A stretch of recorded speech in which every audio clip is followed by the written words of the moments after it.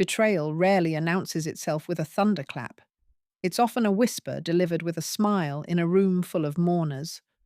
For one woman, a single sentence was enough to detonate 50 years of silence and expose the prison she had mistaken for a home.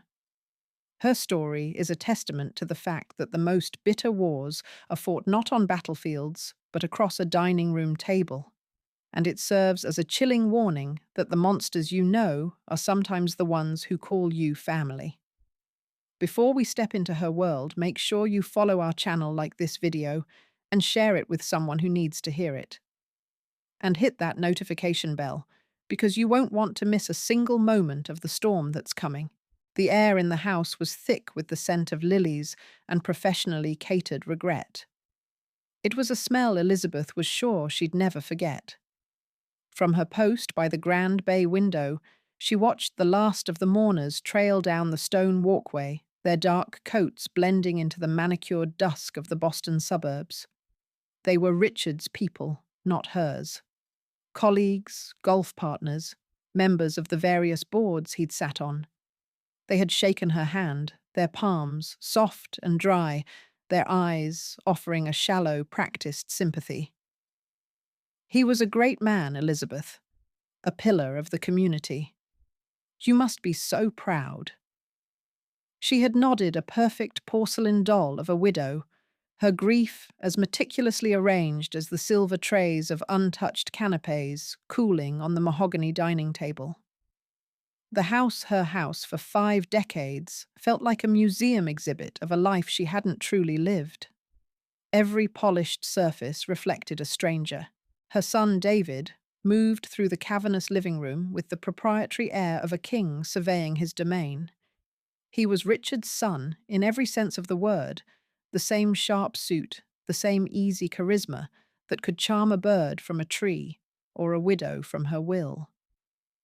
His wife, Chloe, a woman who seemed to be assembled from Instagram filters, and ambition clung to his arm, her smile a bright, hard jewel. She had been a marvel all afternoon, a whirlwind of manufactured sorrow and impeccable hospitality, ensuring every guest's glass was full while documenting the somber beauty of the day for her legion of online followers. Elizabeth watched them, not as a mother, but as a naturalist, observing a foreign species. They were so perfectly synchronized, their movements, a dance of shared purpose she was not and had never been a part of. The crowd thinned to nothing, leaving only the 3 of them and the heavy, echoing silence. The catering staff moved with quiet efficiency, wrapping up the remnants of the performance. Chloe sighed a theatrical, breathy sound and leaned her head on David's shoulder. "What a day," she murmured. "Dad would have been so touched. All these people." David patted her hand, his eyes scanning the room, already calculating assessing. They were the eyes of a real estate mogul, seeing not memories, but square footage. Not a home, but an asset. He finally let his gaze fall on his mother, who hadn't moved from the window. He approached her, his expensive leather shoes making no sound on the plush Persian rug Richard had bought on a trip to Istanbul, a trip Elizabeth was not invited on. "Mom," he began, his voice a low, reasonable hum. He stopped a few feet away, creating a space between them that felt more like a chasm. "You've held up remarkably well today." We were all worried. Elizabeth said nothing. She just watched him. She had learned long ago that silence was her only true possession. "Listen," he continued, taking another step closer. The scent of his cologne, something sharp and woody, cut through the cloying sweetness of the lilies.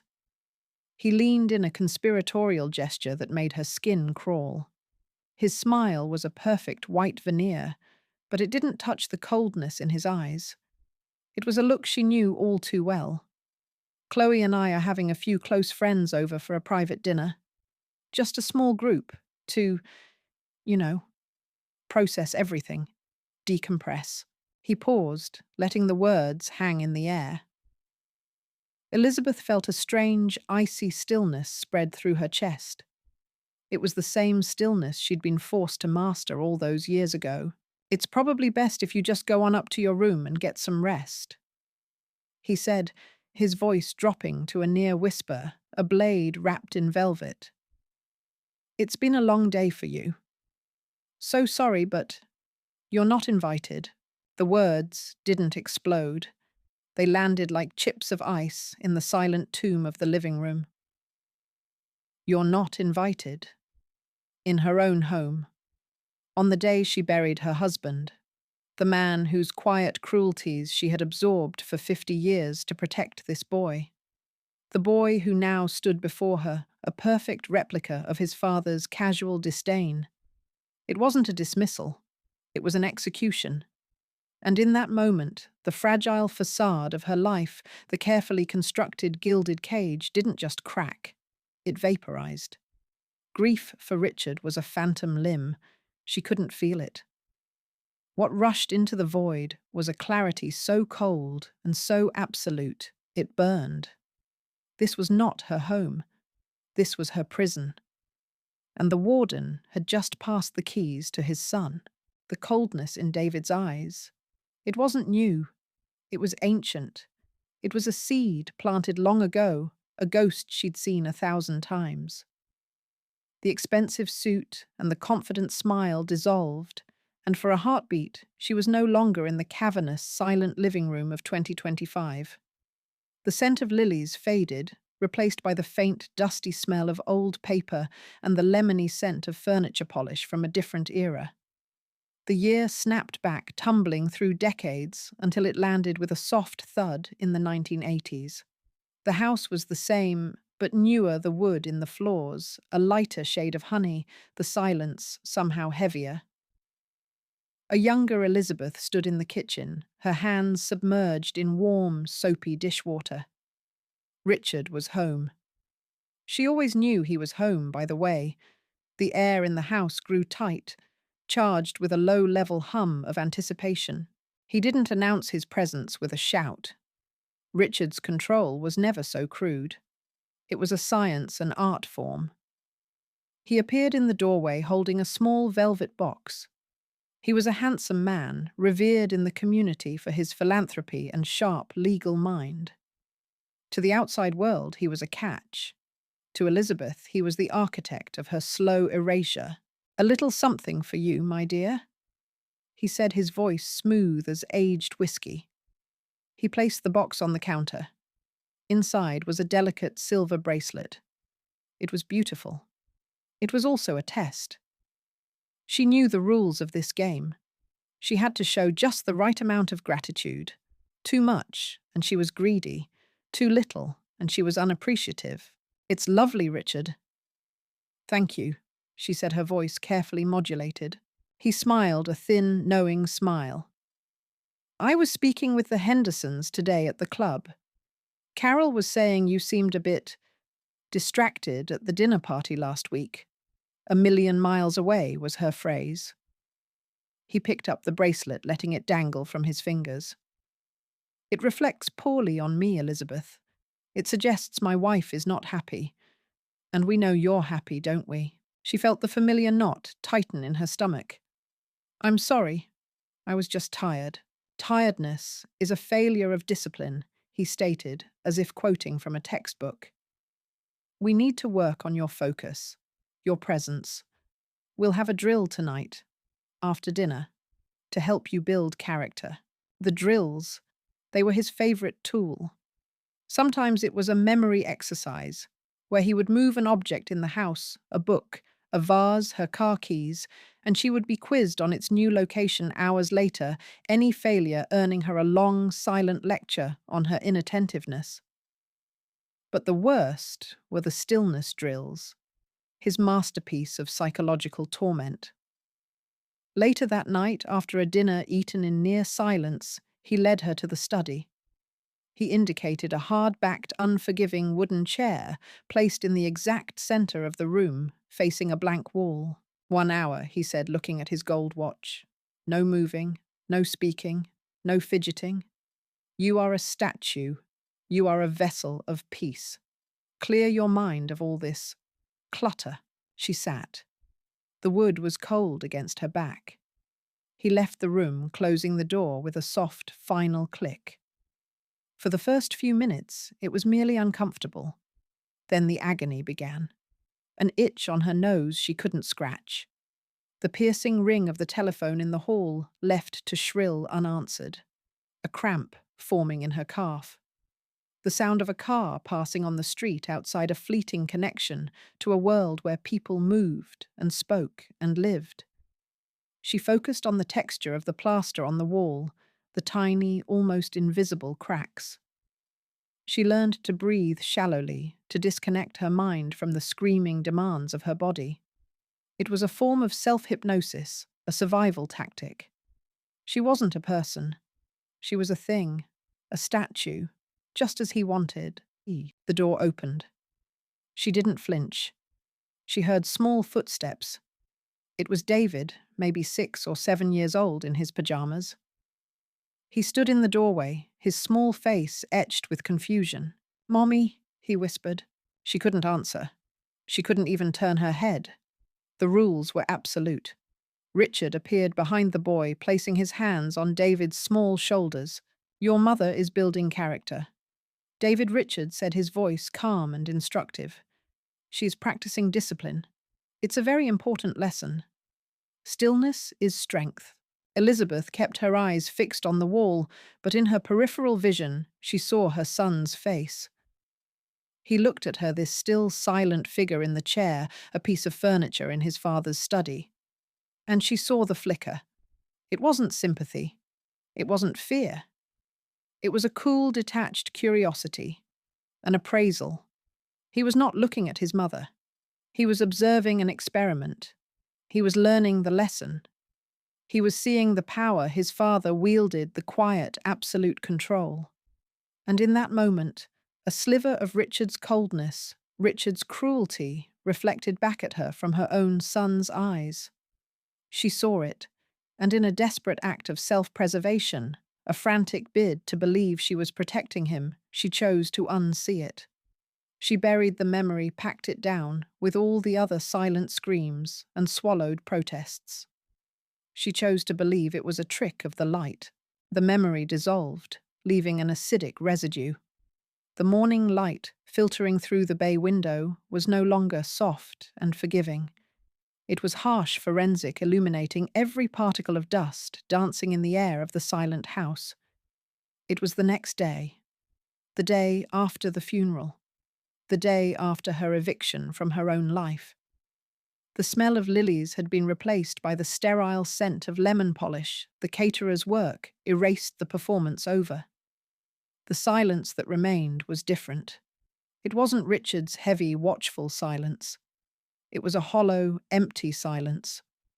The silence of an ending. She was in the kitchen making a cup of tea, her hands moving with the slow, deliberate care of someone who was not sure what to do next. Her world had been reduced to the 4 walls of this house, and now those walls were closing in. The sound of high heels clicked rapidly on the marble floor of the entryway. It was Chloe, dressed not in mourning black, but in what she probably called empowerment beige, a chic, tailored jumpsuit that looked more suited for a product launch than a house of grief.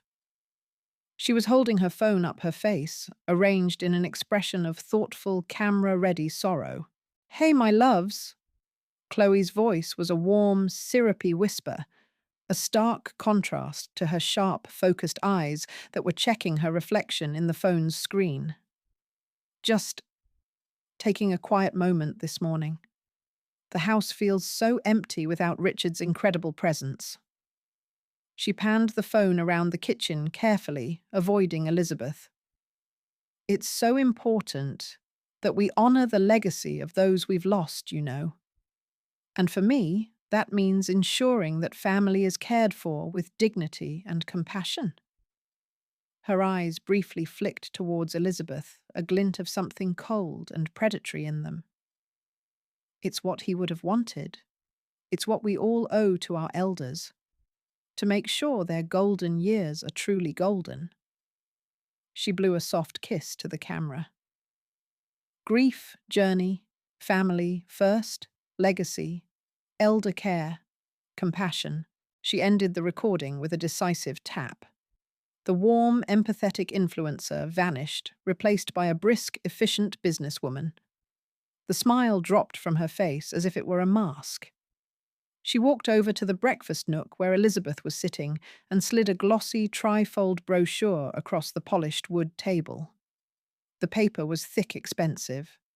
The title, in a serene, flowing font, read, Serenity Meadows Luxury Assisted Living. Below it, a picture of a smiling, silver-haired couple playing chess in a sun-drenched garden. We've done the research, Chloe said, her voice now flat all business. It's the best in the state. 5-star dining, daily wellness activities, on-site medical staff. It's more like a resort than a, you know. She didn't have to say the words. Nursing home, the place you go to die. Elizabeth stared at the brochure, at the smiling, vacant faces of the models paid to look happy. Serenity Meadows. It sounded like a euphemism for a cemetery. She felt a wave of nausea. Just then, David entered, already dressed in a sharp suit, a briefcase in his hand. He placed a hand on Chloe's shoulder, a silent gesture of solidarity. A united front. He pulled out the chair opposite Elizabeth and sat down, placing his briefcase on the table with a soft thud. He looked at his mother, his expression one of pained sincerity, a look he had no doubt practiced in the mirror. "Mom," he began, leaning forward, clasping his hands on the table. "Chloe and I have been talking, and we've been running the numbers with the estate lawyer. We need to be realistic." He opened his briefcase and pulled out a sheaf of papers. "This house, it's a relic. The property taxes alone are astronomical. The upkeep is a full-time job. It's simply not a fiscally responsible asset for the estate to maintain." He sounded like he was in a boardroom pitching a hostile takeover. "A modern family. Our family has no need for a place this large, this outdated." He continued, gesturing vaguely at the room around them. The room where he'd taken his first steps. The room where she had sat in silent agony to build character. The smart move, the responsible move, is to sell. The market in this neighborhood is at an all-time high. We can unlock a tremendous amount of equity which will secure your future and ours. His future. That was the real point. He slid a single, crisp document across the table, placing it directly on top of the Serenity Meadows brochure. It was heavy legal paper. At the top, in stark, bold letters, were the words, "Eviction Notice." Elizabeth's eyes traced the formal, unforgiving text, the legal jargon, the clauses and subclauses, and then the key phrases that leaped out at her like striking snakes. Hereby given 30 days notice to vacate the premises. Failure to comply will result in legal proceedings. At the bottom was a signature David's and the embossed circular stamp of a notary public. It was official. It was absolute. "This is just a formality," Mom David said, his voice softening into that same velvety, dangerous tone from the night before. "To get the process started. We'll help you with the move to Serenity Meadows. We'll make it seamless." Seamless. Like she was an obsolete piece of software being deleted to free up memory. She looked from the eviction notice to her son's face, the boy whose scraped knees she had cleaned, whose nightmares she had soothed, whose secrets she had kept. And she saw no flicker of doubt, no trace of guilt. She saw only the cool, appraising gaze of his father, the gaze of a man who saw the world in terms of assets and liabilities. And she, his mother, had just been officially reclassified. The alliance against her was no longer a suspicion. It was a notarized fact. The fight was no longer about a thoughtless comment or a feeling of being excluded. It had escalated. This was not about her dignity anymore. This was about her survival. The gilded cage had been dismantled, and she was being unceremoniously thrown out into the cold. But as she stared at the eviction notice, something inside her, something that had been still and silent for 50 years, began to stir. It was a tiny, cold spark of rage. The statue was beginning to crack. A few days after the eviction notice, the silence in the house felt different. It was no longer the heavy, oppressive silence of Richard's reign, but a hollow, waiting silence. An emptiness that echoed Elizabeth's own. She was moving through the kitchen, wiping down a counter that was already clean, when the doorbell chimed.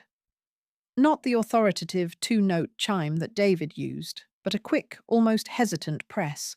She opened the door to find Mia standing on the porch, a large artist's portfolio tucked under one arm. Her granddaughter. 19 years old, with eyes that held a depth her parents seemed to actively avoid. She wore a paint-splattered denim jacket over a simple black dress, her dark hair pulled back messily, a stark contrast to Chloe's immaculate blonde helmet. "Graham," Mia said, her voice soft. "Can I come in? Mom and Dad don't know I'm here." I parked down the street. Elizabeth's heart gave a painful lurch. A secret visit.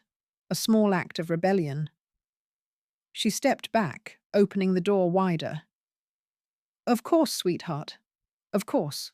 Mia stepped inside, her eyes, immediately scanning the living room, taking in the perfect cold order of it all. She wrinkled her nose slightly, a gesture so familiar it ached. She'd done the same thing as a little girl, when her mother tried to put frilly starched dresses on her. I had to see you," Mia said, setting her portfolio down against the wall. "I'm sorry about everything, what they're doing." Elizabeth managed a thin smile. "It's all right, Mia. It's business.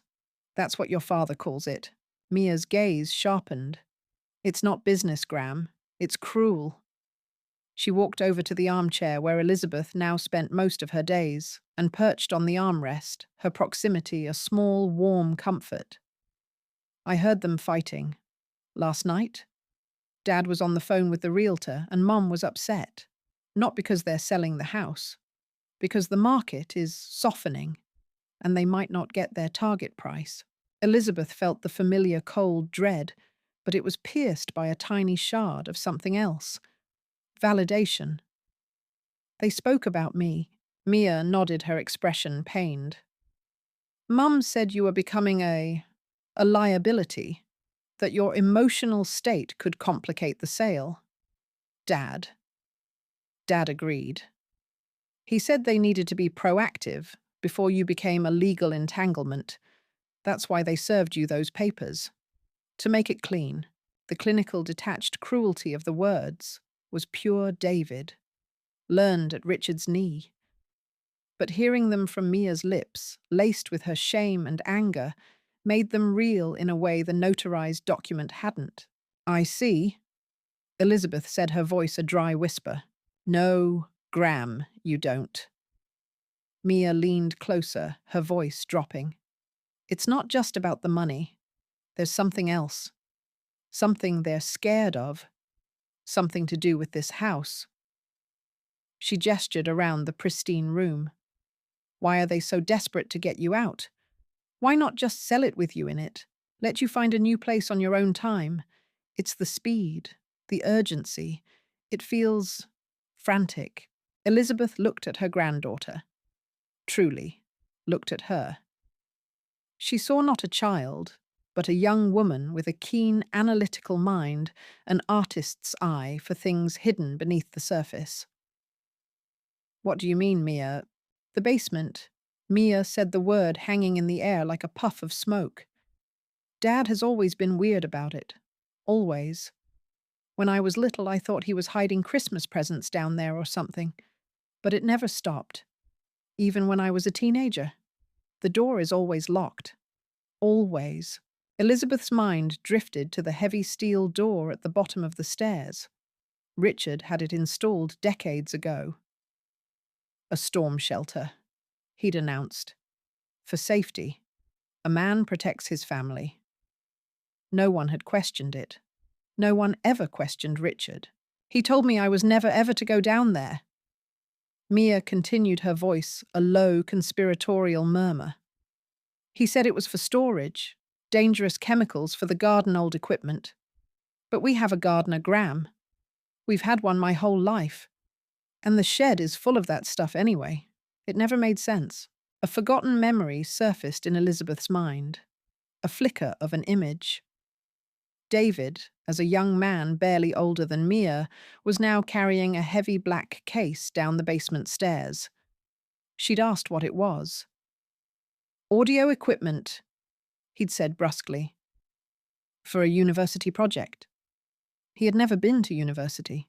It got weirder over the years, Mia said, pulling her knees up to her chest.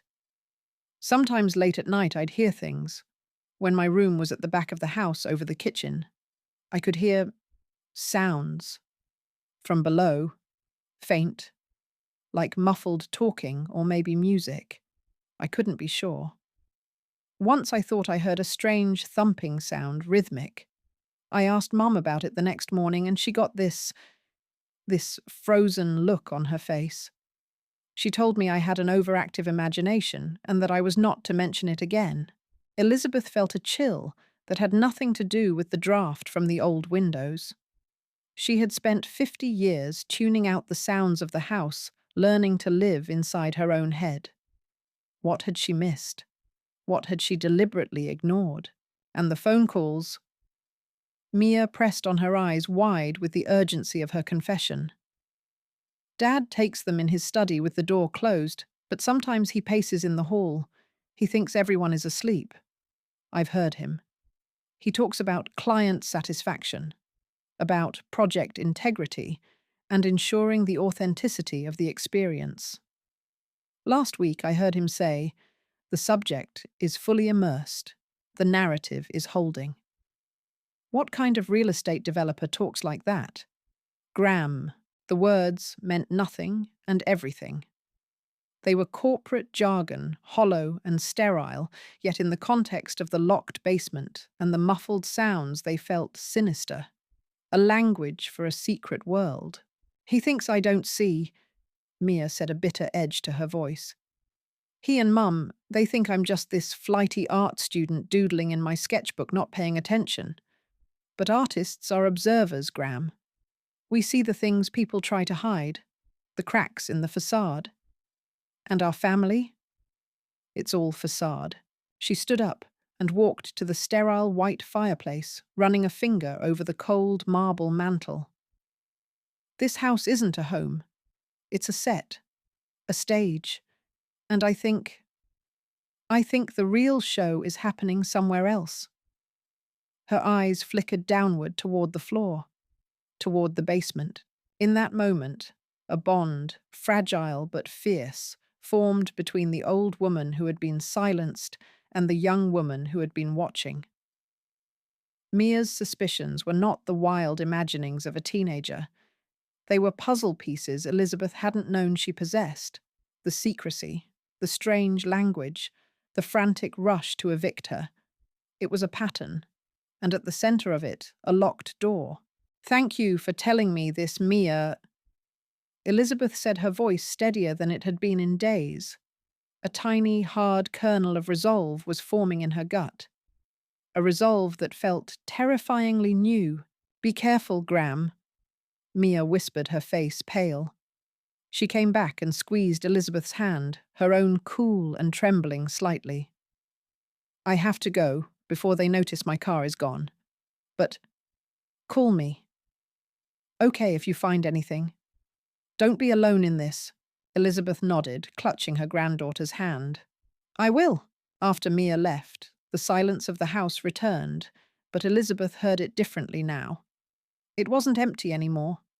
It was listening, waiting.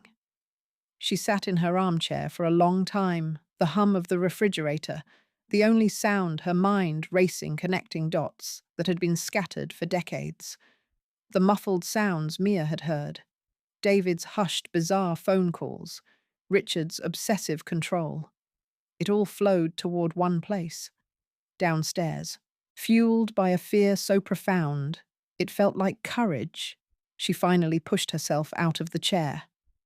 Her movements were slow, deliberate, each step an act of defiance against a lifetime of submission. She didn't go to the basement. Not yet. She went upstairs to the master bedroom she had once shared with Richard, a room she now slept in, alone, confined to one side of the bed, as if he were still there. She went to his closet.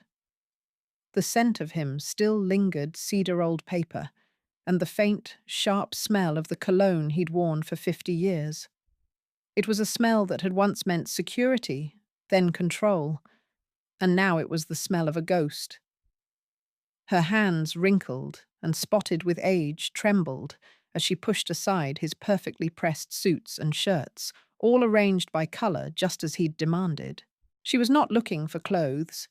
She was looking for his personal effects, the small boxes Chloe had packed away with brisk, unsentimental efficiency. She found them on the top shelf, labelled in Chloe's neat, sterile handwriting, Richard's Valuables. Elizabeth pulled a chair over her joints, protesting, and carefully lifted a box down. Inside, nestled among cufflinks, tie pins, and old watches, was a small leather pouch. She knew what was inside before she even opened it. Her fingers fumbled with the drawstring. There, resting on a bed of faded velvet, was the key. It was heavy, made of old, dark iron, with an ornate, almost Gothic head. It wasn't a modern key. It felt ancient, medieval. For as long as she could remember, Richard had worn it on a thick silver chain around his neck, tucked under his shirt. A constant secret weight against his skin. Once years ago, when David was just a boy, he had asked his father what the key was for. Richard had smiled that thin, unreadable smile of his. "It's for a safe deposit box, son," he'd said. "A box in a bank that closed down long ago. The contents are lost forever, but I keep the key to remind myself that some things are best left locked away." Even then, the explanation had felt hollow, a story told for the sake of ending a conversation. Now, holding the cold, solid weight of it in her palm, Elizabeth knew it was a lie. This was not a key for a bank box. This was a key for a prison. Her heart hammered against her ribs, a frantic, trapped bird. Her breath came in shallow bursts. Every instinct, honed by decades of survival, screamed at her to put the key back, close the box, and retreat to the numb safety of her armchair. To wait for the 30 days to be over and disappear quietly into Serenity Meadows just as they wanted. But Mia's face floated in her mind. Artists are observers. We see the things people try to hide. Clutching the key so tightly the ornate edges dug into her skin, Elizabeth left the bedroom. She didn't walk down the main staircase. She went to the back of the house, to the narrow, steep stairs that led down past the kitchen, the same ones Mia must have used to hear those muffled sounds. Each step creaked, protesting her weight, each sound magnified in the suffocating silence. At the bottom of the stairs was the door. It was not like the other doors in the house. They were wood painted a crisp, sterile white. This one was different. It was heavy industrial steel, painted a flat, lifeless grey. It had no knob, only a heavy-duty deadbolt lock, the kind you'd see on a vault. Richard had supervised the installation himself. "For our protection," he'd explained to a younger, more trusting Elizabeth. "In case of a tornado or civil unrest. It's soundproofed. We'll be safe down there. Soundproofed." The word struck her now with a chilling new meaning. It wasn't to keep the sound of a storm out. It was to keep the sound of something else in. Her hand was shaking so violently she could barely guide the key toward the lock. The air grew thick, heavy, as if the pressure was changing. She could hear her own blood roaring in her ears. This was the precipice. She could turn back, run upstairs, and pretend she'd found nothing. She could live out her remaining years in ignorance, the way she had lived most of her life. Or she could turn the key. She thought of the eviction notice, of Chloe's clinical cruelty, of David's cold eyes. She thought of Richard's games, the hours of forced silence, the relentless, soul-crushing criticism that had chipped away at her until she felt like a ghost in her own home. She thought of Mia's warning. I think the real show is happening somewhere else. With a strangled sob that was half terror, half rage, she jammed the iron key into the lock. It slid in perfectly. The fit was exact. She gripped the head of the key with both hands, her knuckles white, and turned. For a moment, there was resistance. Then, with a deep, jarringly loud clunk, a sound of finality that seemed to shake the very foundation of the house, the mechanism turned.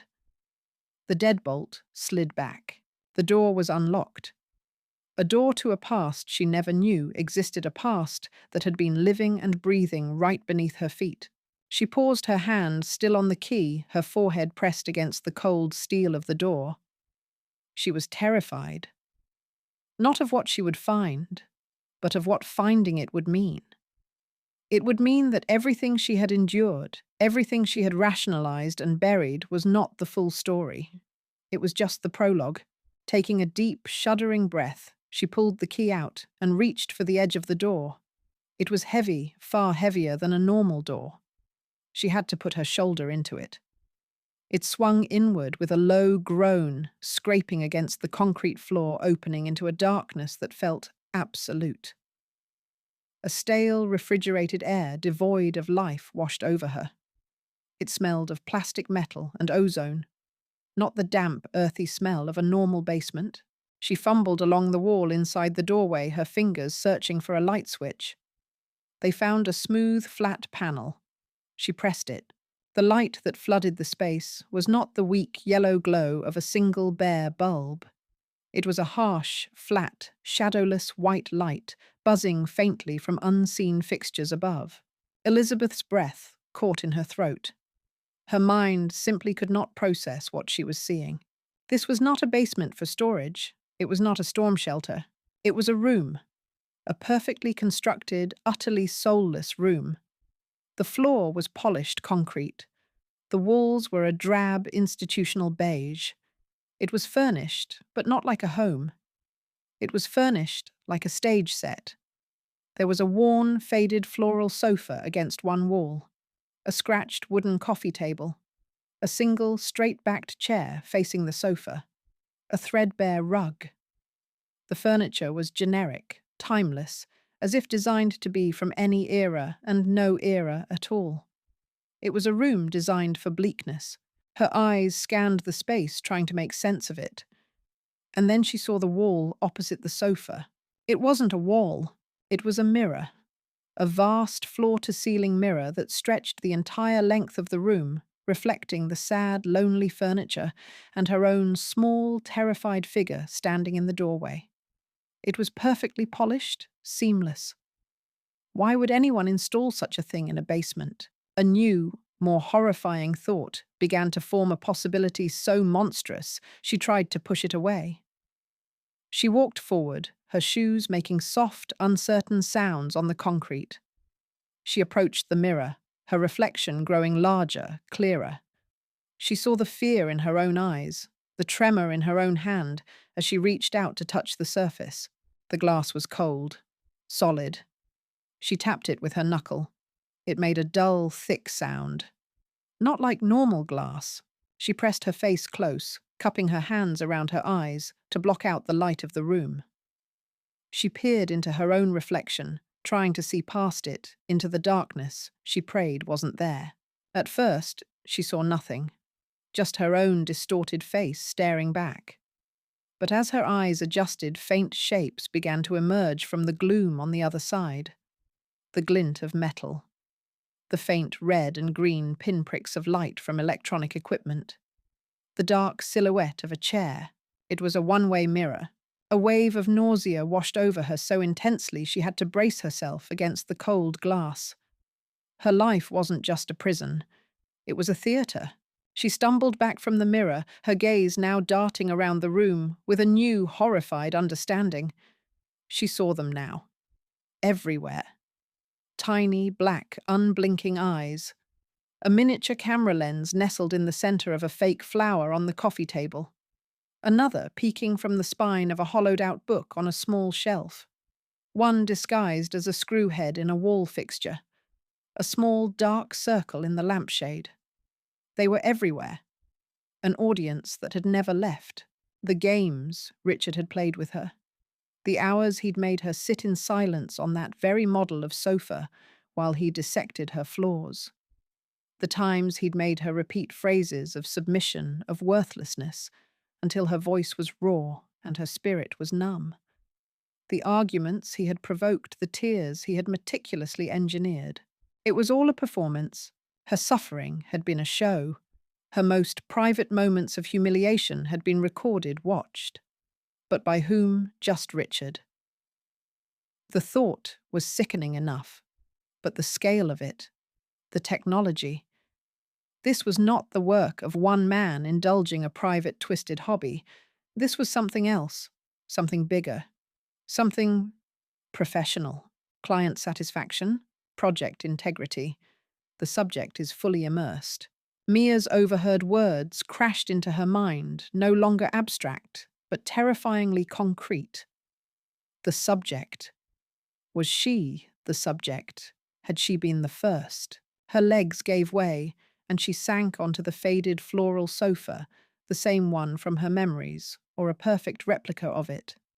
The fabric was coarse against her skin.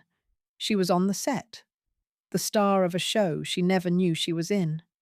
She looked around the bleak, camera-infested room, and then up at the huge, dark mirror at the unseen space behind it. The control room. A new surge of adrenaline born of pure, unadulterated rage cut through her shock. She would not collapse. Not here. Not on their stage. She scrambled to her feet and ran from the main room back to the steel door and looked for a way into the space behind the mirror. There was a second door, a smaller, simpler one she hadn't noticed before, right next to the main entrance. It was unlocked. She pushed it open and stepped into the darkness she had glimpsed through the glass. She found another light switch. This room was the brain, the heart of the operation. It was a professional control room, a smaller version of what you might see in a television studio. A long desk faced the one-way mirror looking out onto the set. On the desk were multiple monitors, an audio mixing board, with a labyrinth of sliders and knobs and stacks of hard drives. A high-backed leather chair was positioned in the center, the seat of the director. The air hummed with the quiet, constant whir of cooling fans. It was all state-of-the-art, far beyond anything Richard would have used. This was David's touch. He hadn't just continued his father's cruelty, he had upgraded it, monetized it. On one of the active monitors, a grid of 9 black and white images displayed different camera angles from the main room. One was a wide shot. Another was a tight close-up of the sofa she had just been sitting on. A third was aimed at the straight-backed chair. They were all live. She saw her own ghost-like image on the screen as she moved into the control room.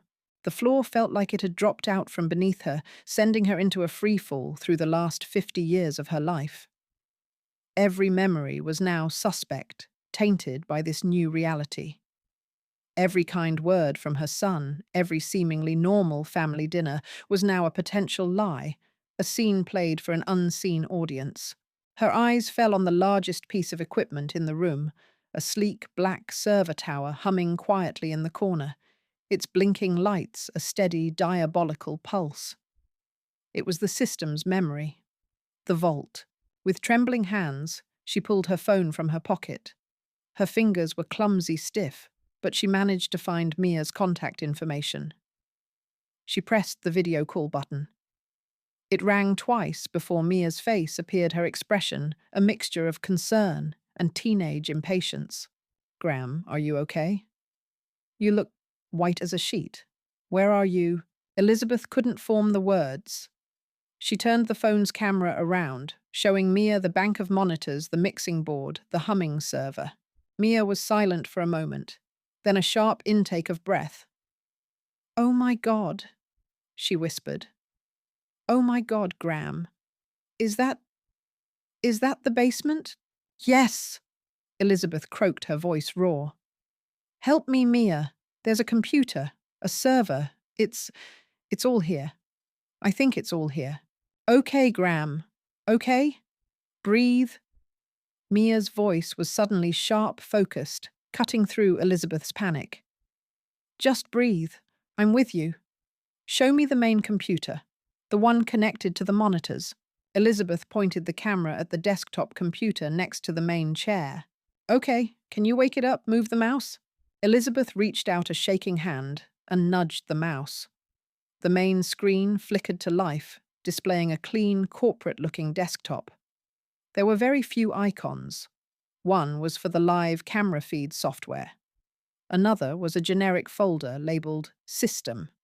And a third was a locked, shielded icon labeled simply The Archive. That's it. Mia said, her voice tight with tension. That's the one. Try to open it. Elizabeth guided the cursor with her phone in one hand and the mouse in the other. She double-clicked on the archive. A small black window popped up in the center of the screen. There was no field to type a password. There was only a single pulsing audio wave icon and 2 words beneath it: authentication required. It's voice activated, Mia breathed. Of course it is. Arrogant bastard. He would want it to be personal. A voice password. What would it be? A name, a number, a code word. Elizabeth's mind was a blank wall of static. It could be anything. They could be locked out forever. Think, Graham, Mia said gently. Think about Dad. Think about Grandad Richard. Is there a phrase A, saying something he made you say, something he repeated, and then it came to her?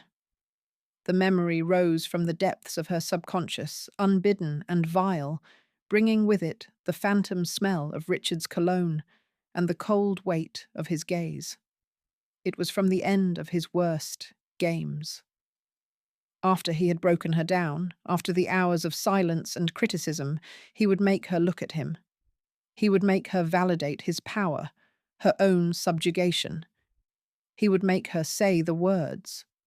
It was the final, most humiliating ritual. Tears streamed down Elizabeth's face, hot and silent. It was a phrase she had tried to bury for decades, a string of words so steeped in shame she had never even admitted them to herself. Graham. Mia's voice was a distant echo. Graham, are you there? Elizabeth couldn't speak it to Mia. She couldn't let her granddaughter hear this filth, this legacy of degradation. But she had to open the files. She had to know. She looked at the small pulsing icon on the screen. It was waiting, listening. She took a ragged breath, leaned close to the computer's microphone and closed her eyes. The house, the world, fell away. There was only the control room, the humming server, and the ghost of her husband standing behind her, waiting for his tribute. Her voice was barely a whisper, a dry, cracked rustle of sound, dredged up from a place of absolute despair. She spoke the cruel, demeaning phrase he had forced her to repeat 100 times over. A phrase of total, unconditional submission. For a moment, nothing happened. The audio wave on the screen pulsed, analyzing the shape of her shame. Elizabeth held her breath, her heart stopped. Then a soft, electronic chime. The black box on the screen vanished. A new window opened, and a green progress bar began to fill. Below it, a single word authenticated. The files. The files were beginning to unlock. The password, a ghost of a whisper, torn from the deepest catacombs of her memory, hung in the silent air of the control room. The server whirred a sound of acceptance, and then the screen flickered to life. The first file opened. It was her, a version of herself she hadn't seen in 40 years, but whose face she still wore in her sleep. Young Elizabeth.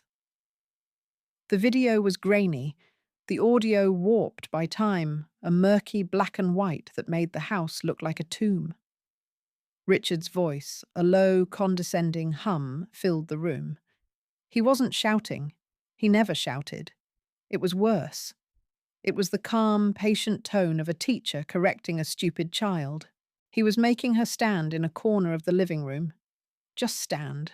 For hours. Her crime.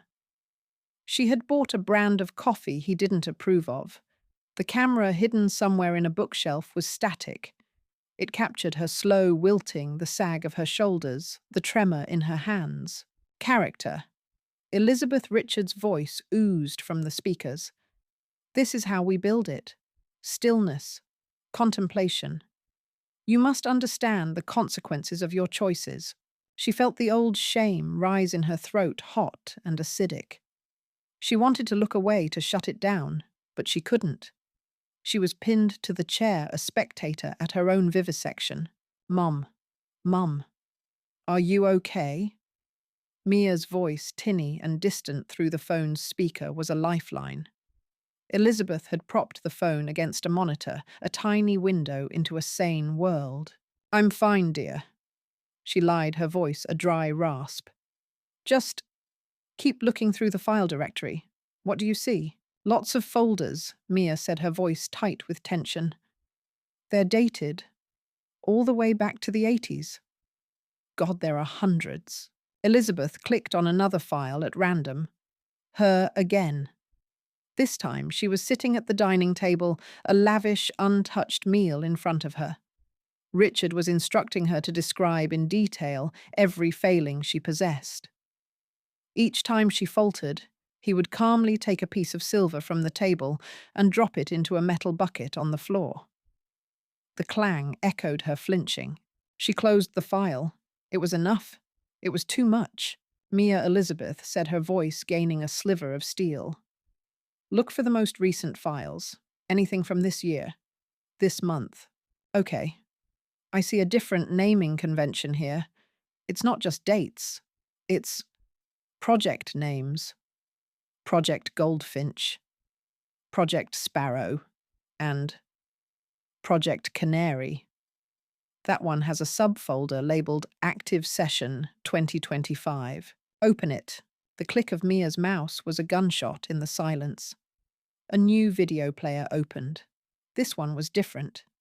The image was brutally clear shot in high-definition 4K. The colors were vibrant, clinical. The setting was the same basement studio she was standing outside of, but it was lit with professional, unforgiving light. Strapped to the same menacing chair Richard had once designed was a young man. He couldn't have been much older than Mia. His face was pale, gaunt, his eyes wide with a terror that was achingly familiar. He wasn't physically harmed, but his spirit was being systematically dismantled. And then her son walked into the frame. David. He wasn't the harried, slightly pathetic man who'd served her an eviction notice. This David was transformed. He moved with a predator's confidence, his shoulders back his face, a mask of calm, detached authority. He wore a dark, well-tailored suit. He looked like his father. He looked like a monster. He circled the boy, his voice a perfect mimicry of Richard's chilling cadence. We're not here to hurt you. Leo David said, his tone deceptively gentle. We're here to help you understand, to build character. You see, the world has forgotten you, thrown you away. But I see potential. First, you must see the truth of your own worthlessness. Let's start there. Tell me why you don't deserve to be missed. Elizabeth's breath caught in her chest. A cold, heavy stone settled in her gut. He was using Richard's script, word for word. This wasn't just a continuation. It was a refinement, a professionalization of cruelty. Mia, what else is in that folder? She whispered, her eyes locked on her son's face on the screen. Contracts? Mia said, her voice trembling with rage. There are contracts, invoices, a client list. Oh God, these are famous people, politicians, CEOs, that tech billionaire who's always on the news. And Chloe Elizabeth asked, the name tasting like poison. Is she... Wait, there's another subfolder. Acquisitions. It's linked to her non-profit, the New Leaf Initiative. Mia's voice broke. It's intake forms. She targets them there. Runaways, addicts. People with no family to come looking for them. She calls them candidates.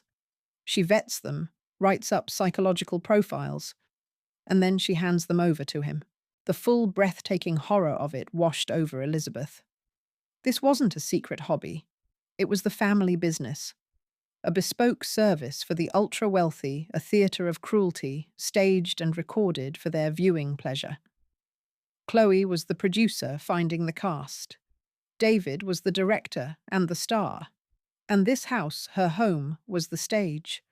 Her prison had become their gold mine. She felt a wave of nausea.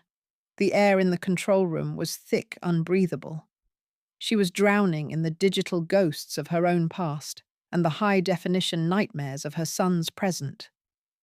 She stumbled back from the monitors, her hand flying to her mouth, not to stifle a scream, but to hold back the decades of silent agony that were finally clawing their way out. The sharp, insistent rap on the front door upstairs was like a hammer blow to her skull. It was too soon. David wasn't due back. Her heart hammered against her ribs. Had he been alerted somehow? Was there an alarm she hadn't seen? Mom, what was that? Mia's panicked whisper came from the phone. Someone's at the door. Elizabeth breathed, her body frozen. Stay quiet. She forced her legs to move to carry her up the narrow stairs from the basement, her mind racing.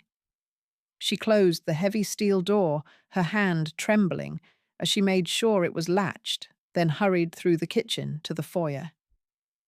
Through the peephole, she saw not David or Chloe, but a man in a cheap suit holding a large manila envelope. A stranger. She opened the door a crack, her body still thrumming with adrenaline. Elizabeth Sterling, the man asked, his face impassive. Yes. He didn't say another word. He simply thrust the envelope into her hand and turned, walking briskly down the path to a waiting car. He was a process server. Her fingers felt numb as she tore open the flap. The paper inside was thick, official, crested with the seal of the Commonwealth of Massachusetts. The words leaped off the page, each one a calculated strike. Emergency petition for conservatorship. She scanned the text, her blood turning to ice. David was the petitioner. He was filing to take legal control of her person and her estate. The grounds were laid out in brutal clinical detail. Cognitive decline following the traumatic death of her husband. Erratic and paranoid behavior. Inability to manage her own financial and personal affairs. A danger to herself. Attached were supporting documents. An affidavit from a Dr. Alistair Finch, a geriatric psychiatrist she had never met, who swore under oath that based on his preliminary assessment, a phone call David had forced her into last week under the guise of a wellness check, she was exhibiting clear signs of dementia. There were 2 more affidavits from friends of David and Chloe, the Hendersons, who described her as confused and distantly hostile at Richard's funeral. It was a legal garrote designed to silence her before she could even speak. He knew. He must have suspected she'd found something. This wasn't a plan B. It was a preemptive strike. He wasn't just trying to evict her. He was trying to erase her, to have her declared legally non-existent, a ghost in her own life, while he continued his grotesque theatre in the basement. A laugh, sharp and brittle, escaped her lips. It was a sound of pure, unadulterated fury. The fear was gone, burned away by a white-hot rage. He had learned his father's lessons well. Control. Isolate.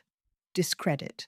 She walked back to the kitchen, the legal papers clutched in her hand, and picked up her phone. Mia, she said, her voice no longer the whisper of a victim, but the low, cold tone of a strategist. He's trying to have me declared insane. There was a sharp intake of breath on the other end. What? How is that even legal? It is when you have a paid doctor and friends willing to lie for you. Elizabeth said, sinking into a chair at the kitchen table, the documents spread before her like a declaration of war. He's boxing me in. If he gets this, he controls everything. My finances, my home, my medical decisions. He could have me committed. Anything I say about the basement would be dismissed as the ravings of a senile old woman. We have to call the police. Mia insisted, her voice high with panic. We have proof. The videos? The contracts. Elizabeth stared at the list of names she'd glimpsed on the monitor downstairs. A superior court judge. A state senator. The founder of a global tech firm whose products were likely in the pocket of every officer at the local precinct. No, Elizabeth said, the word falling like a stone.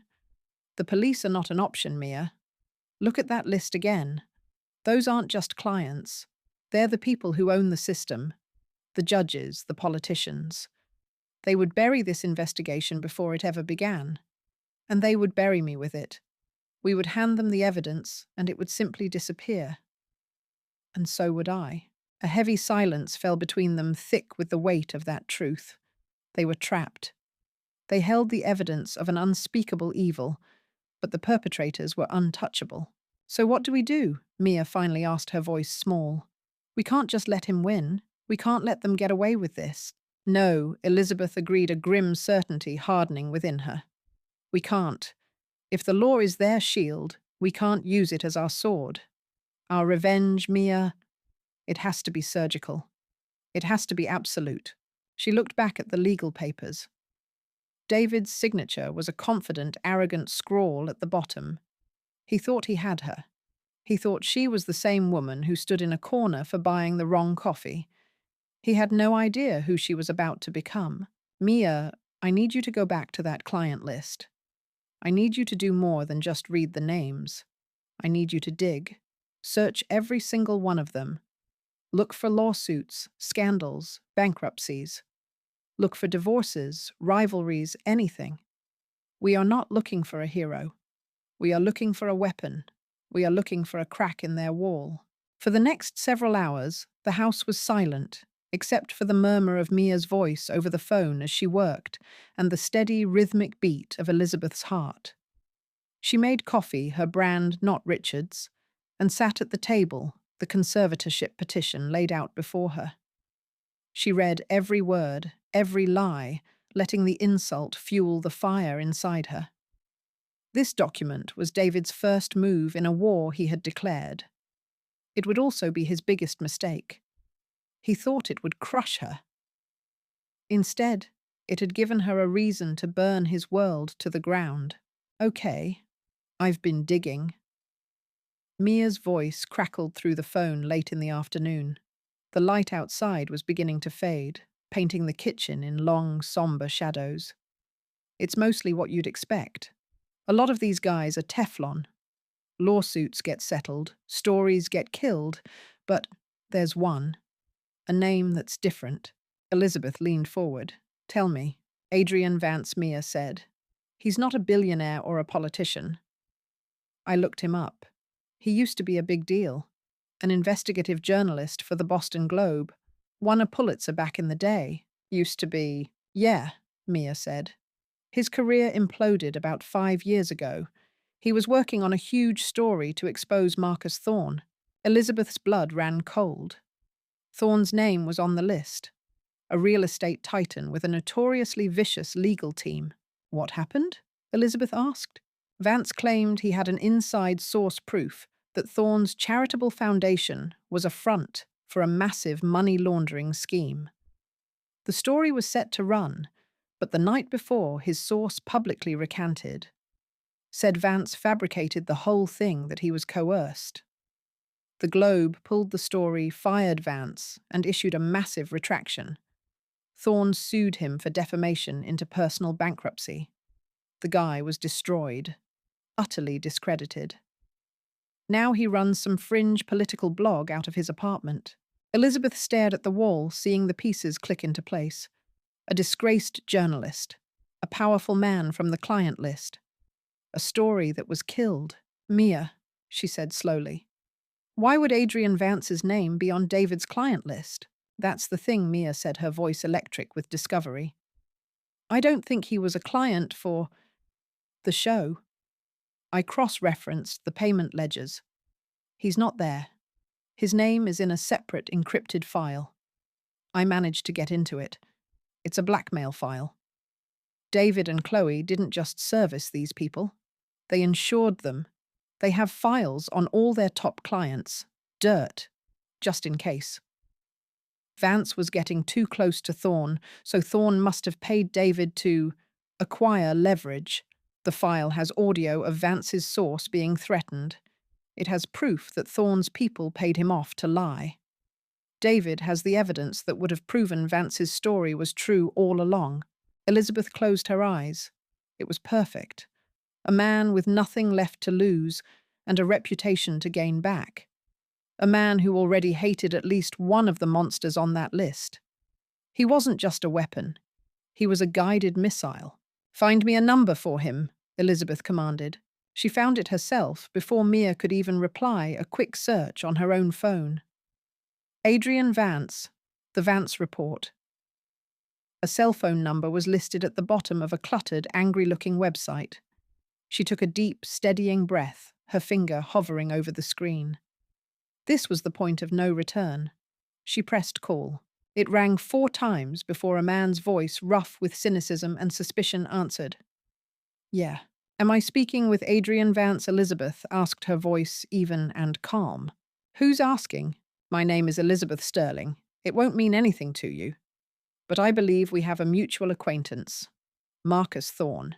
There was a sharp, humorless laugh on the other end. "Lady, if you're calling from Thorne's legal team with another threat, get in line. It's a short line because no one's bothered to threaten me in years." "I'm not calling from his team," Elizabeth said. "I'm calling because I have something that was stolen from you 5 years ago." A pause. The cynicism in his voice was replaced by a wary curiosity. "I lost a lot of things 5 years ago. My house, my savings, my car. You'll have to be more specific." Elizabeth chose her next words carefully. This was the hook. "I'm talking about the thing they can't put a price on," she said. "I have proof, irrefutable proof, that your story was true. I have the evidence that will give you your name back, your career, your life." The silence on the other end was absolute. She could almost hear the gears turning in his head, the war between years of ingrained caution and the sudden, impossible flicker of hope. "Who is this?" he asked again, his voice dangerously quiet. "I'm a woman who is about to be evicted from her home by a monster you've never heard of, who happens to be in business with the monster who ruined you," she said. "I am offering you the story of a lifetime, Mr. Vance. One that won't just vindicate you. It will detonate a bomb in the heart of this city's elite. All I ask for in return is your help." Another long pause, where he finally said, "There's a coffee shop on the corner of Beacon and Charles. Tomorrow, 10 a.m. Come alone." She hung up before he could answer. She sat back in her chair, the phone resting on the table. The war had begun. She had her weapon. Now she just had to build the stage for the final performance. The night air was thick with the scent of expensive perfume and the low thrum of self-congratulation. Downstairs in the living room, she had once been forced to stand in for hours. David and Chloe were hosting the elite of their depraved clientele. It was the night before her eviction. They thought she was upstairs, a defeated old woman packing memories into cardboard boxes. They imagined her weeping. They were wrong. She was in the control room, a ghost in her own machine, watching them on the monitors. Mia was on the video call, her face pale but resolute on the laptop screen. Adrian Vance was parked in an unmarked van 2 blocks away, a direct line open to his phone, and another to the FBI field office waiting for her signal. "They're all there." Adrian's voice crackled softly in her earbud. "Thorne is front and center. I see Judge Albright, Senator Calloway. It's a ghouls gallery. They look so pleased with themselves," Elizabeth murmured, watching Chloe glide through the room, her laughter like tinkling glass. David was standing by the large, custom-built fireplace, accepting compliments. "Ready, Mom. Mom." Mia asked her own screen, showing a complex interface, a media file queued up and ready to deploy to the house's integrated smart home network. "Almost," Elizabeth said. "Let him begin. I want them to hear what he's selling." On the monitor, David tapped a glass with a spoon, calling for quiet. The room fell silent, the faces turning to him with rapt attention.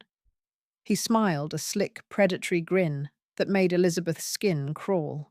Friends, colleagues, he began, his voice resonating with practiced charisma. Thank you for coming. For years, we have provided a unique, bespoke service, an exploration into the furthest frontiers of the human condition. But tonight, we unveil the next evolution, Project Nightingale. A more ambitious, more immersive experience than ever before. He gestured to the large 8K television screen mounted above the fireplace, which currently displayed his company's sleek, meaningless logo. What we offer is not simply a product, it is a profound truth, a mirror held up to the fragility of the human psyche. Elizabeth looked at Mia's face on the laptop. She nodded. Now, my dear. Showtime, Mia whispered. In the living room, David clicked a button on a remote. He expected his corporate video. Instead, the screen flickered. The logo vanished. It was replaced by grainy, silent black and white footage. A young woman, her face a mask of quiet terror, standing in a corner. Her. A confused murmur went through the crowd. They thought it was art house footage, part of the presentation. David stared, his smile faltering. He jabbed at the remote, but nothing happened. Mia had locked him out. The camera zoomed in on young Elizabeth's face. And then it dissolved. A seamless, horrifying transition. The grainy black and white bled into pristine 4K color. The woman's face morphed into the face of the young man Leo from the basement tapes. His eyes were wide with the same terror. The room was silent now. The audio kicked in. It was David's voice, cold and clinical, filling the room. Tell me why you don't deserve to be missed.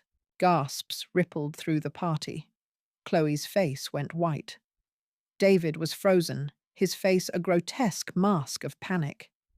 He looked at the screen, at the damning evidence of his crime, then at the faces of his clients, their expressions shifting from confusion to dawning horror and cold fury.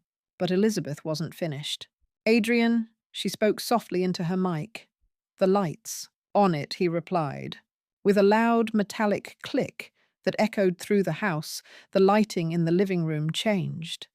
The warm, ambient glow was extinguished, replaced by harsh, theatrical spotlights. They weren't aimed at the guests. They were aimed at the far wall, the one dominated by a massive floor-to-ceiling panel of smoked black glass that everyone had assumed was a piece of modern art. An expensive mirror. It wasn't a mirror. The smoked glass became transparent. The room below the basement studio was flooded with light revealed to them all like a diorama in a museum of hell. The chair, the restraints hanging from its arms, the cameras on their tripods aimed like firing squads, the soundproofing on the walls. It was all there, a stark, silent tableau of their shared secret exposed for all to see. Total silent panic seized the room. No one screamed. The sound was worse. It was the sharp intake of 100 guilty breaths, the clatter of a dropped champagne flute, the low, guttural moan from Marcus Thorne. They were trapped, illuminated, their depravity laid bare under the gaze of the very house that had hidden it. From the window of her upstairs bedroom, Elizabeth watched them. She couldn't see their faces, but she could feel their world shattering. She watched as David, finally broken, sank to his knees, and then in the distance she heard it, a faint rising sound, a sound she had waited 50 years to hear, the wail of sirens getting closer.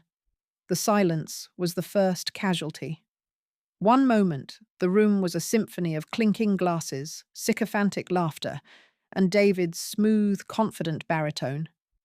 The next, it was a tomb. The music had been cut clean, like a severed artery. In its place, a single horrifying sound filled the void, the sound of a woman weeping. A sound Elizabeth knew intimately. It was her own voice dredged up from the past, echoing from the dozen massive screens that lined the walls. The faces in the room, a gallery of the city's untouchable elite, turned as one toward the displays. Their expressions shifted in a slow, sickening cascade from confusion to irritation at the interruption to a dawning collective horror. On the screens, a younger Elizabeth, frail and terrified, was on her knees. Richard's voice, a calm, venomous whisper, instructed her to repeat the phrases of her own worthlessness. The images were grainy aged, but their power was absolute. The guests' people who thrived on control were frozen. Their masks of bored sophistication melted away, revealing the raw, ugly shock beneath. Then the video shifted. The quality became brutally sharp, 4K clarity. A new victim, a young man with hollow eyes, was in the same basement room, but the set was more refined, the lighting more clinical. And the voice of the tormentor was different. It was David's. Smooth, persuasive, orchestrating a symphony of psychological collapse. The montage was a work of diabolical genius, Adrian's masterpiece. It seamlessly wove the past and the present together, Richard's cruelty and David's innovation, showing not a legacy, but a franchise. Father and son, predator and predator, their work displayed for their most exclusive clientele. David stood paralyzed by the presentation lectern, his face a bloodless mask of disbelief. Chloe beside him was the first to react. Her mind, always a razor-sharp calculator of risk and reward, was frantically searching for an escape, an explanation, a way to spin this. But there was none. Her perfectly constructed world was imploding in high definition. A woman in a sequined dress let out a small, strangled gasp. It broke the spell. A man, a prominent judge whose face was often on the evening news, took a half step back, as if to distance himself from the very air in the room. Panic began to ripple through the crowd, a low animal murmur. They were trapped, exposed, their secret appetites laid bare for each other to see. David finally moved. A strangled roar of pure fury ripped from his throat. "Turn it off. Turn it off now." He screamed, lunging for a technician who stood frozen by a control panel.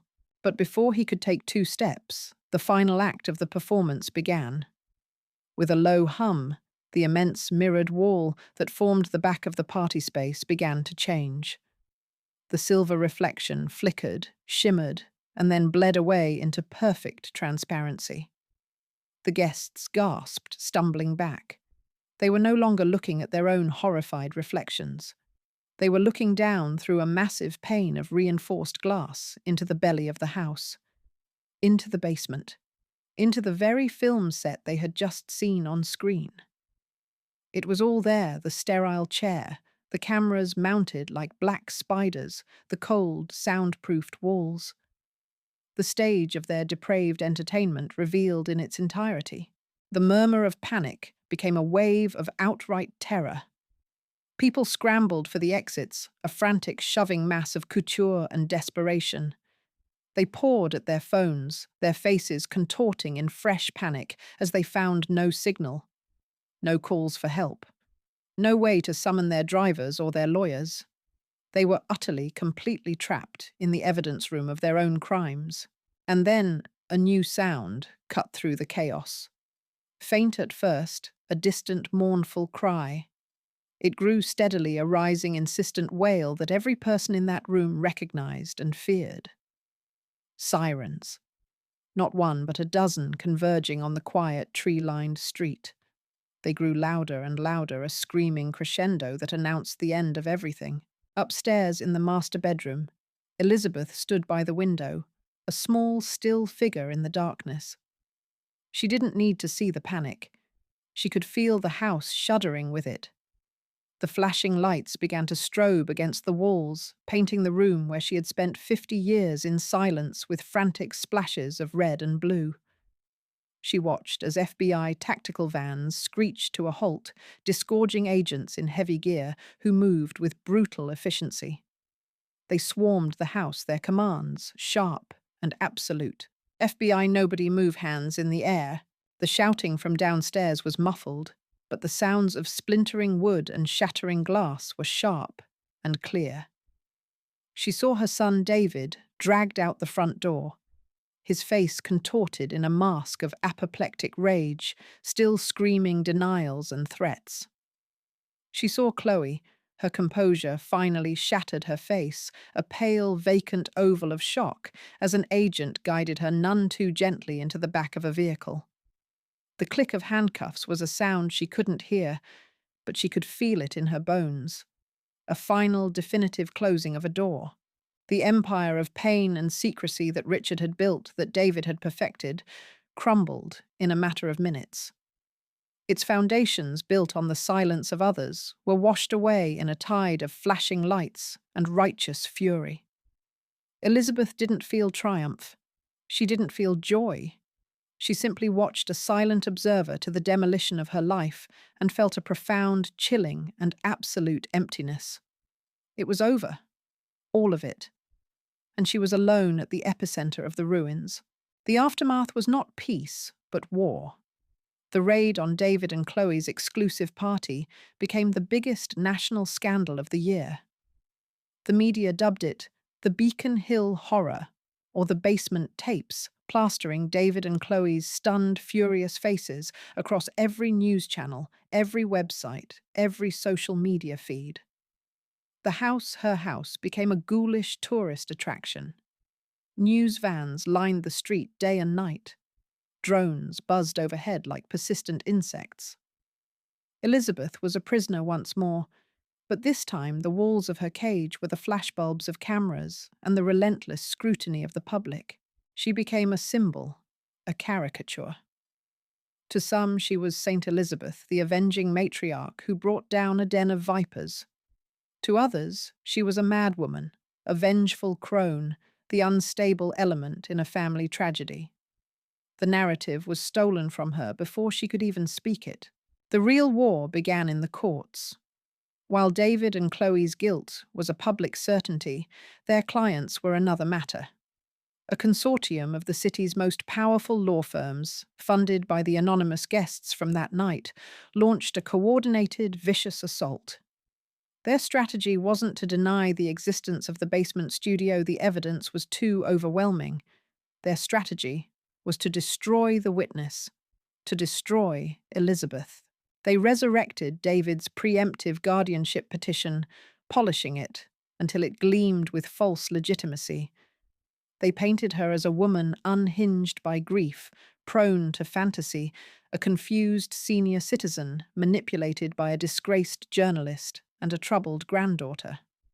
They leaked cherry-picked details from Richard's old journals passages, where he'd documented her episodes of silence and withdrawal, twisting the very symptoms of her abuse into proof of her insanity. Her lawyer, a sharp, weary woman named Sarah, who had taken the case pro bono, laid it all out for her on the dining room table, surrounded by stacks of legal filings. "They're not putting David on trial, Elizabeth. They're putting you on trial. They're going to attack your memory, your sanity, your marriage. They will say you were a willing participant or that you imagined it all. They will try to break you on the stand. You need to be ready." Elizabeth looked at the woman's earnest face. Break her. She had been broken into 1,000 pieces over 50 years. What they didn't understand was that she had finally learned how to put the pieces back together into the shape of a weapon. The isolation was a different kind of quiet now. Not the oppressive, watchful silence of Richard's rule, but a hollow, echoing loneliness. The friends she'd once had, the neighbors, they looked away when they saw her. They didn't know what to say. How do you ask someone to coffee when their life has become the stuff of a primetime true crime special? Mia was her only anchor. Her granddaughter called every day, her voice a lifeline of sanity. But even Mia was under siege, hounded by the media, and facing pressure from her parents' legal team to recant her story, to declare her grandmother incompetent. They threatened her with perjury charges, with civil suits. But the girl's resolve, forged in the discovery of her family's darkness, was steel. "I'm not going anywhere. Grandma, She'd said, her voice fierce. We finished this. The day of the pre-trial deposition arrived.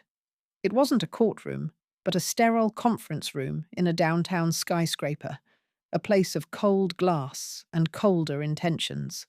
Elizabeth sat at one side of a long, polished table, Sarah beside her. Adrian Vance sat behind them, his presence a silent statement of support. Then they brought David in. He wore a standard-issue orange jumpsuit that seemed to hang off his frame. He was thinner, his face gaunt, his eyes burning in their sockets. He sat down directly across from her, flanked by a lawyer who looked like he was carved from granite. For a long moment, their eyes met across the polished wood. Elizabeth felt a vestigial pang, a ghost of maternal instinct, searching his face for any flicker of the boy she had raised, the child she had tried to protect. She found nothing. There was no remorse, no sadness, no regret. There was only a look of hatred so pure, so undiluted, it was almost sublime in its intensity. It was the look of a king dethroned, staring at his usurper. He saw her not as his mother, but as the architect of his ruin, the person who had taken everything from him. He leaned forward slightly, almost imperceptibly, and his lips formed a single, silent word she could read with perfect clarity. A word he had learned from his father.